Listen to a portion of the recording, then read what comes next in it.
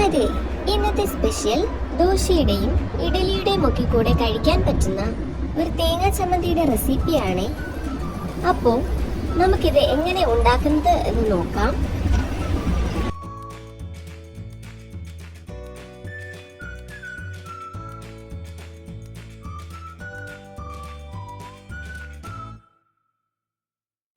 ആദ്യം നമുക്കൊരു മിക്സിയുടെ ചെറിയ ജാർ എടുക്കാം.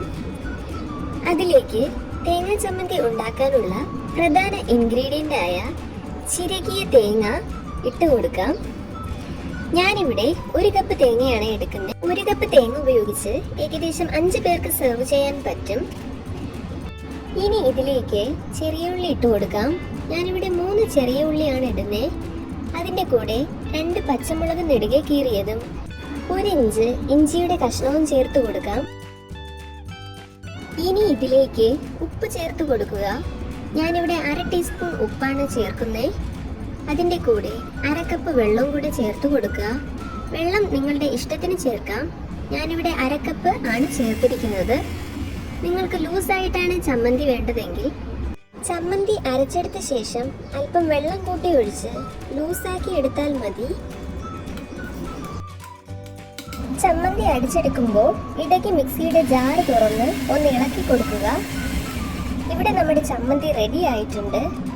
ഇനി നമുക്ക് ചമ്മന്തി ഒരു ബൗളിലേക്ക് മാറ്റാം.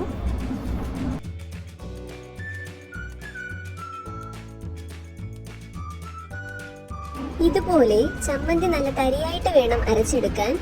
നല്ല പേസ്റ്റ് ആയിട്ട് അരയ്ക്കരുത്. കുറച്ച് ലൂസ് ആയിട്ടാണ് നിങ്ങൾക്ക് ചമ്മന്തി വേണ്ടതെങ്കിൽ ഈ സമയം കുറച്ച് വെള്ളം കൂടി ചേർത്താൽ മതി. ഇനി നമുക്ക് കുറച്ച് ഇൻഗ്രീഡിയൻസ് ചേർത്ത് താളിച്ചെടുക്കാം. അതിനായി ഒരു പാത്രം ചൂടായതിനു ശേഷം 2 ടേബിൾ സ്പൂൺ എണ്ണ ഒഴിച്ചു കൊടുക്കുക.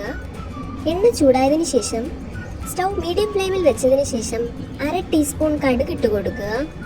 എന്നിട്ട് 2 ഉണക്കമുളക് നെടുകെ മുറിച്ചതും 3 കൊച്ചുള്ളി സ്ലൈസ് ചെയ്തതും കുറച്ച് കറിവേപ്പിലയും ചേർത്ത് നന്നായി മിക്സ് ചെയ്ത് തുടർച്ചയായി ഇളക്കിക്കൊണ്ടിരിക്കുക.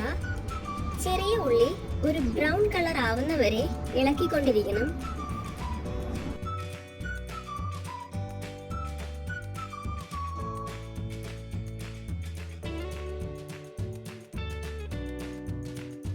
ഇപ്പോൾ ചെറിയ ഉള്ളി ഒരു ഗോൾഡൻ കളർ ആയിട്ടുണ്ട്.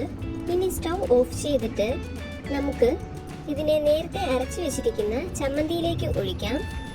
ഇങ്ങനെ എണ്ണയിൽ മൂപ്പിച്ചെടുത്ത കടുകും മുളകും ഉള്ളിയും കറിവേപ്പിലയും ചമ്മന്തിയിൽ മാത്രമേ ഒഴിക്കാവൂ. അതല്ലാതെ അരച്ചു വെച്ചിരിക്കുന്ന ചമ്മന്തി നേരെ പാത്രത്തിലേക്ക് ഒഴിക്കരുത്.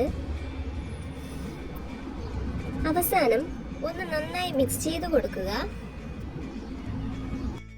ഇപ്പോൾ നമ്മുടെ തേങ്ങാ ചമ്മന്തി ഇവിടെ റെഡി ആയിട്ടുണ്ട്. ഇത് നമുക്ക് ദോശയ്ക്കും ഇഡലിക്കുമൊപ്പം സെർവ് ചെയ്യാവുന്നതാണ്.